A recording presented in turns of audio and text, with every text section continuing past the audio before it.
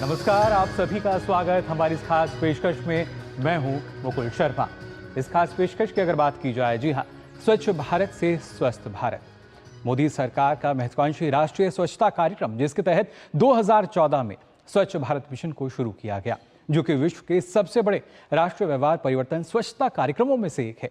ये मिशन कितना लाभकारी रहा है और कैसे इसके जरिए बड़ा बदलाव आया है, बताएंगे आपको इस विशेष कार्यक्रम में। हमारे साथ एक बेहद ही खास मेहमान जुड़े हैं, उनका परिचय आपसे करा दें। हमारे साथ राष्ट्रीय मानवाधिकार आयोग के महासचिव और जल जीवन मिशन के संस्थापक निदेशक, और साथ ही 90 के दशक के बाद से केंद्र और राज्य सरकारों के बीच पानी के महत्व और उसकी स्वच्छता को लेकर अहम भूमिका में रहे हैं, भरत लाल जी हमारे साथ फिलहाल जुड़ चुके हैं। बहुत बहुत स्वागत आपका। स्वच्छ भारत की बात करते हैं, क्योंकि जब ये मिशन शुरू हुआ था तो कहीं ना कहीं इसका माहौल भी उड़ाया गया, मजाक भी उड़ाया गया, लेकिन आज परिणाम हम देख पा रहे हैं। ना सिर्फ हम बल्कि पूरा विश्व जो है ये परिणाम देख रहा है। आप किस तरीके से देखते हैं इनको? देखिए, ये बहुत ही सबको मालूम है कि ओपन डेफिकेशन है, खुले में शौच करना, और गंदगी से बीमारियां होती हैं, हमारे बच्चों की उससे मौत भी हो सकती है। और इसको रोकने के लिए जो पहली सबसे ज़रूरत है कि ओपन डेफिकेशन, खुले में शौच करने को बंद करना चाहिए जी। और मैं आई थिंक पूरा देश इस बात के लिए, खास करके माएँ और बहनें इस बात के लिए बहुत ही माननीय प्रधानमंत्री जी का हार्दिक धन्यवाद करेंगी कि 2014 में रेड फोर्ट से, लाल किले से स्वतंत्रता दिवस पे पहले भाषण में उन्होंने शौचालय बनाने की बात की, स्वच्छता की बात की, जो अपने आप में अभूतपूर्व बात थी जी। और आज उसका रिजल्ट दिख रहा है कि पूरे देश में शायद ही कोई घर होगा, कोई परिवार होगा जिसके पास टॉयलेट की सुविधा ना हो। देश ने कितना बड़ा काम किया है। जी बिल्कुल, वाकई एक बहुत बड़ा काम, और इसी वजह से मिशन मोड में हमने देखा था किस तरीके से काम किया गया। लेकिन अगर देखा जाए, क्योंकि अब से पहले तक, इस मिशन के आने से पहले तक और उसके बाद हम देखें तो शौचालय तक की जो पहुंच है करीब 30% से अधिक की बढ़ी, और उसी वजह से हम देख पा रहे हैं जो शिशु मृत्यु दर है उसमें किस तरीके से बड़ा बदलाव आया है। लेकिन क्या वाकई आवश्यकता थी इस तरह के मिशन की? अब से पहले की जो सरकारें रहीं, शायद इस तरफ ध्यान नहीं दिया गया, क्योंकि रिपोर्ट में इस बात का भी जिक्र किया गया है कि यूपीए 1 के समय में जो खासतौर से स्वच्छता कवरेज है वो करीब न्यूनतम स्तर पर दिखती थी। देखिए, स्वच्छ पानी और शौचालय, वाटर एंड सैनिटेशन का हाइजीन से बहुत बड़ा संबंध है और इसका पब्लिक हेल्थ से बहुत संबंध है। तो प्रयास होते रहे हैं जी, पर पिछले 10 सालों में जो प्रयास किया गया वो एक अभूतपूर्व है। इसको मिशन मोड में किया गया। इसको एक बेसिक मानव अधिकार माना गया कि हर व्यक्ति को शुद्ध पानी मिले और उसको शौचालय की व्यवस्था हो जिससे उसको बीमारी ना हो जी। और एक चीज़ आप मानेंगे कि मोस्टली जो बीमारियां होती हैं गंदगी से या शौचालय की प्रॉब्लम से, वो मोस्टली गरीब लोगों को होती है, गरीब बच्चों को होती है, गरीब परिवारों को होती है। तो मानव अधिकार के दृष्टि से जो ये इस देश में स्वच्छ पानी का और स्वच्छता का जो काम हुआ है, उससे मानव अधिकारों की रक्षा करने में बहुत बड़ी मदद मिली है। कोई भी छूटा न रह जाए, no one is left behind. जो सरकार की ये अप्रोच रही है कि कोई भी परिवार कहीं भी रहता हो पूरे देश में, ट्राइबल एरिया में, रिमोट एरिया में, फॉरेस्टेड एरिया में, छोटे से गांव में, पहाड़ों पे, बॉर्डर एरिया में, हर व्यक्ति को, हर परिवार को नल से पानी मिलना चाहिए और उसके परिवार के लिए शौचालय की व्यवस्था हो। और इस काम को मिशन मोड में किया गया, 5 साल के अंदर पूरा किया है। 2014 से शुरू करके 2019 में महात्मा गांधी के जन्मदिन पे पूरे देश ने अपने आप को स्वच्छ डिक्लेयर किया और बेसिकली ओपन डेफिकेशन फ्री, जो खुले में शौच करने की प्रथा थी, उसको बंद किया। ये बहुत बड़ा अचीवमेंट है देश का और हम सभी देशवासियों को इस पर गर्व होना चाहिए। जी बिल्कुल भरत जी, लेकिन जब हम खासतौर से, जैसा आपने कहा कि जब हम मानवाधिकारों की बात करते हैं तो शायद कई ऐसे लोग हैं या आम जनता जो है वो समझ नहीं पाती कैसे हमारी जो बुनियादी सुविधाएं, जो मूलभूत सुविधाएं हैं, उनको मानवाधिकार नज़रिए से हम देखें। इस बारे में आपसे एक छोटी सी टिप्पणी मैं लेना चाहूँगा, किस तरीके से हम देखते हैं और अब से पहले जो बदहाल स्थिति थी, एक प्रथा के रूप में देखा जाता था, उसको लेकर किस तरह का जो बदलाव है वो आया है अब स्वच्छ भारत मिशन के बाद से? देखिए, एक चीज़ तो मानेंगे, मानवाधिकार हैं उनको 2 कैटेगरी में बांटा जाता है। एक है सिविक और पॉलिटिकल राइट्स, जिसमें कि आपकी जो है राजनैतिक, धार्मिक और इस तरह के अधिकार, बोलने की आज़ादी, ये अधिकार आते हैं। दूसरी चीज़ है कल्चरल, सोशियो इकोनॉमिक राइट्स, कि जो ये सामाजिक दृष्टि से हमारा जो है रक्षा, हमारे अधिकारों की रक्षा हो, और सबसे बड़ी चीज़ है कि आर्थिक अधिकारों की हमारी रक्षा हो और हमारा जीवन बेहतर बने।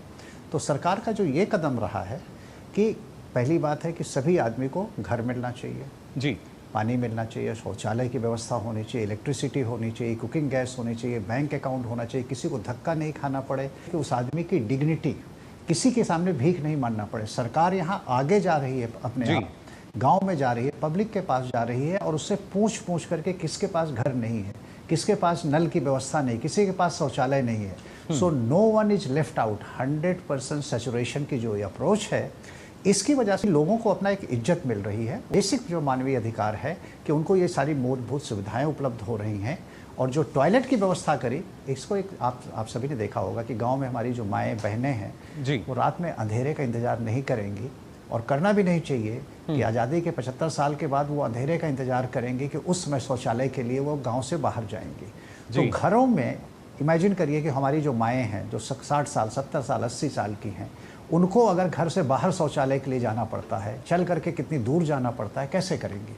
जी बिल्कुल, और शायद एक यही वजह हम मान सकते हैं कि करीब 93% महिलाएं जो हैं वो अपने आप को सुरक्षित मानती हैं, क्योंकि वो अब उनको बाहर नहीं जाना पड़ता। और शौचालय जैसी जो बुनियादी सुविधा जो थी वो आपसे पहले नसीब नहीं होती थी, लेकिन अब उनको ये तमाम सुविधाएं मिल रही हैं। और उसी वजह से स्वच्छ भारत की जब हम बात करते हैं, उसको आधार बनाकर अब स्वस्थ भारत का भी निर्माण होता हुआ नजर आ रहा है। भरत जी, अगर देखा जाए, क्योंकि जल जीवन मिशन में तो आप तो उसमें साबक निदेशक रहे हैं और आपने शुरुआत से ही देखा है कि किस तरीके की आवश्यकताएं थी और कैसे कैसे हम उनको लगातार अब पूरा करते आ रहे हैं। और इसके भी आंकड़े ये हैं कि इसके ज़रिए भी ना जाने कितनी ही बीमारियाँ हैं जिनसे लगातार लोग बच रहे हैं। देखिए, मुझे गुजरात में काम करने का सौभाग्य प्राप्त हुआ और वहाँ मैं पहली बार, मैं प्रयागराज से आता हूँ और वहाँ गंगा यमुना का संगम होता है, तो वहाँ पानी की उस तरह की कमी मैंने नहीं देखी थी। पर जब हम लोग गुजरात गए तो वहाँ पे हमने पानी की कमी देखी।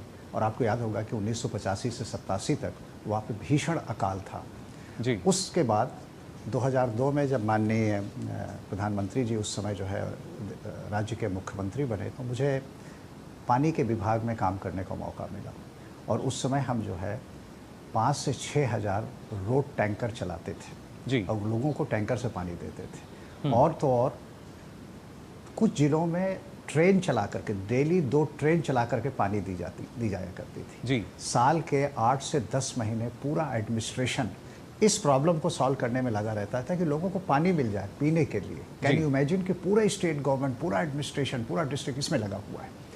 वहाँ से एक प्रधानमंत्री जी की मैं एक बात को कभी नहीं भूलूंगा, उन्होंने कहा कि भाई ये पानी का जो हर साल हम मैनेज करते हैं, मैनेज करने के बजाय इसको सॉल्व किया जाए जी। और हम लोग उसको सॉल्व करने पे लगे उनके नेतृत्व।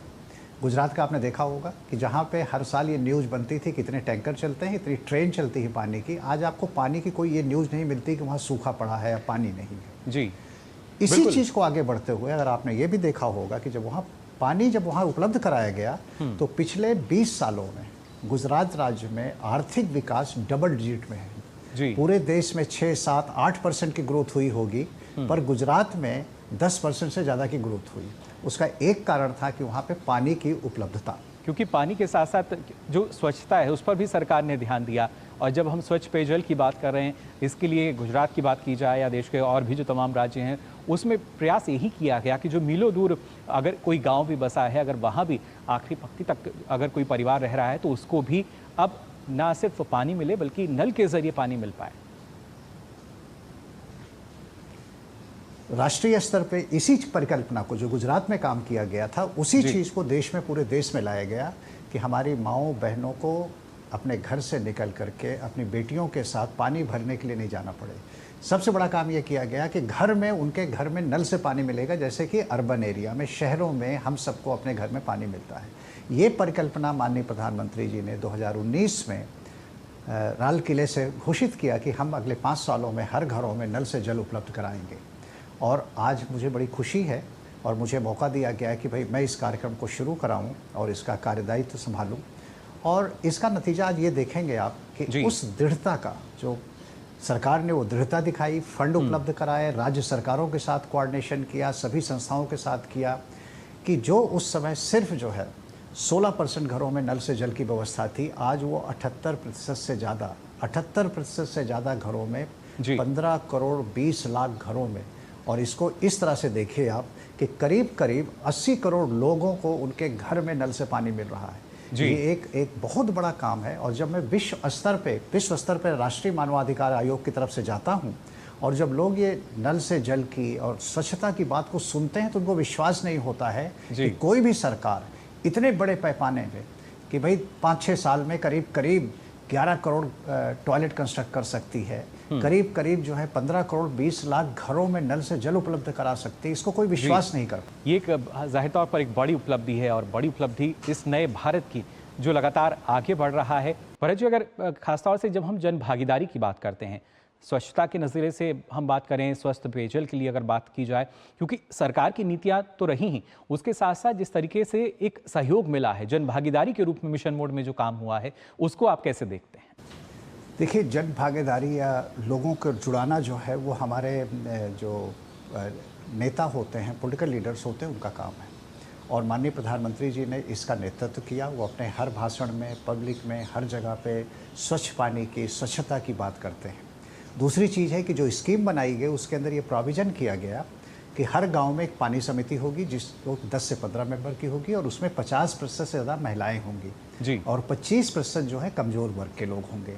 और तीसरी चीज़ ये करी कि देश में बहुत से NGO हैं, स्वयंसेवी संस्थाएं, वो भी काम कर रही हैं, तो उन सबको साथ लाया गया। जल जीवन मिशन में उनको साथ लेकर के चला गया, उनको एज ए सेक्टर पार्टनर माना गया और या तो गांव के स्तर पर वो लोगों ने इम्प्लीमेंटेशन में सपोर्ट किया गया। और चौथी चीज़ जो की गई कि करीब करीब 100 से ज़्यादा जो है ऐसे नॉलेज सेंटर हैं, एकेडमिक इंस्टीट्यूशन है, रिसर्च ऑर्गेनाइजेशन है, उनको ट्रेनिंग में इन्वॉल्व किया गया। तो एक तरह से ये हुआ कि इसको एक जन भागीदारी का एक बहुत बड़ा स्वरूप बनाया गया। ग्राम पंचायतों को या उनकी जो कमेटी बना करके, सब कमेटी बना करके उनको इन्वॉल्व किया गया। इमेजिन कीजिए कि हर गाँव में 7-8 करीब 10 से 15 जो है लोग इन्वॉल्व हैं, उसमें से 7-8 महिलाएं हैं। 5 महिलाओं को वाटर क्वालिटी में ट्रेन किया गया, प्लम्बर का, इलेक्ट्रीशियन का, पंप ऑपरेटर का, इस तरह के लोगों को ट्रेन किया गया। तो हर गांव में 40-50 लोगों को ट्रेन किया जी। लेकिन इसके साथ साथ जो, क्योंकि जब महिलाओं की हम बात करते हैं, बच्चियों की बात करते हैं और सुरक्षा जो कि ज़ाहिर तौर पर एक बड़ा मुद्दा रहता है, और ऐसे में स्वच्छता के साथ साथ हम कह सकते हैं जो सुरक्षा का भी एक अहम विषय रहता है, इसको ध्यान में रखते हुए सरकार की जो नीतियाँ हैं वो कारगर रही हैं। इसमें देखिए, एक उदाहरण ये है कि शिकागो यूनिवर्सिटी के प्रोफेसर माइकल क्रेमर ने एक स्टडी करके बताया, जब सिर्फ 50% घरों में ये नल से जल पहुंचा था कि हर साल 1,36,000 बच्चों की जान बचाई जा रही है। 5 साल से कम के 1,36,000 बच्चों की जान बचाई जा रही है। और एक दूसरी WHO ने, वर्ल्ड हेल्थ ऑर्गेनाइजेशन ने स्टडी करके बताया कि एक बार जल जीवन मिशन का काम पूरा हो जाता है तो हर साल 4 लाख लोगों को डायरिया से, वाटर बॉर्न डिजीजेस से जो है उनकी मृत्यु से मुक्ति मिलाई, उनको बचाया जा सकेगा। जी। तीसरी चीज़ ये है कि हमारी माँ बहनों को बाहर नहीं जाना पड़ता, उनको किसी तरह की इस तरह की मुश्किल नहीं होती है और उनकी जो एक फिजिकल सिक्योरिटी है, सेफ्टी है, वो भी है। और चौथी चीज़ है कि उनके पास अब आज टाइम है, वक्त है कि जो उसको पढ़ाई लिखाई में, प्रोडक्टिव काम में, उसमें लगा सके। तो इस प्रोग्राम से परिवारों में महिलाओं को, बहनों को बहुत बड़ी इज्जत मिली है, उनकी सेफ्टी सिक्योरिटी हुई है, उनके बच्चों का जीवन बचा है और वो जीवन अब बेहतर हो रहा है। जी बिल्कुल, वही जीवन जिसको बेहतर बनाने के लिए सरकार जो है प्रतिबद्ध है। और ख़ासतौर से जब अलग अलग, क्योंकि ना सिर्फ भरत जी हम देखते हैं जो मिशन है किसी भी योजना की ना सिर्फ शुरुआत, बल्कि उसको किस तरीके से और एक व्यापक स्तर पर हम लेके जा सकते हैं। स्वच्छता की अगर बात की जाए तो स्वच्छता पखवाड़ा हम देखते हैं, स्वच्छता माह हम देखते हैं, और तभी शायद लोगों में वो जागरूकता आती है कि ना सिर्फ सफाई जो है घर में रहे, बल्कि घर के बाहर भी जहाँ भी वो जा रहे हैं उनको सफाई नज़र आए। देखिए, इसमें सबसे बड़ी चीज़ है कि इसको जो है एक लोगों का कार्यक्रम बनाया गया है। सबको है कि अगर पानी को साफ रखना है, स्वच्छता बना के रखना है, तो लोगों को जोड़ना जरूरी होगा और सरकार ने इसके लिए काम किया है। तो इसीलिए आप देखेंगे कि ये पखवाड़ा मनाया जाता है, अभियान चलाए जाते हैं, कैंपेन चलाया जाता है कि लोगों की मानसिकता इसमें बनी रहे और लोग इसमें जुड़ते रहें। कि ये लोगों का कार्यक्रम बन चुका है। सफाई मेरा अपना कार्यक्रम है, हर परिवार का काम है। स्वच्छ पानी रखना, स्वच्छ पानी पीना, स्वच्छ पानी से हाथ धोना, ये सबका काम है। मैं आपको एक छोटा सा उदाहरण देना चाहूँगा। 112 जो है एस्पायरेशनल डिस्ट्रिक्ट हैं जहाँ की ह्यूमन डेवलपमेंट के इंडिकेटर्स जो हैं, मूलभूत सुविधाएं जो हैं, वो देश के एवरेज से कम थी। वहाँ पे पूरे देश में 16% से ज़्यादा घरों में नल से जल था, पर इन जिलों जी। में सिर्फ 7.5% घरों में नल से बिल्कुल, कनेक्शन यानी था। इनकी भी आज तस्वीर वो जो बढ़ है वो करके बदली करीब है। करीब 80% हो गया है। हमारे देश में अगर बात की जाए स्वच्छता की, बात की जाए स्वच्छ पेयजल की, तमाम आंकड़े हमारे पास हैं, तमाम उपलब्धियां जो हमने अर्जित की हैं। फिलहाल आपने इन पर इतना विस्तार से हमारे साथ चर्चा की, इसके लिए आपका बहुत बहुत शुक्रिया।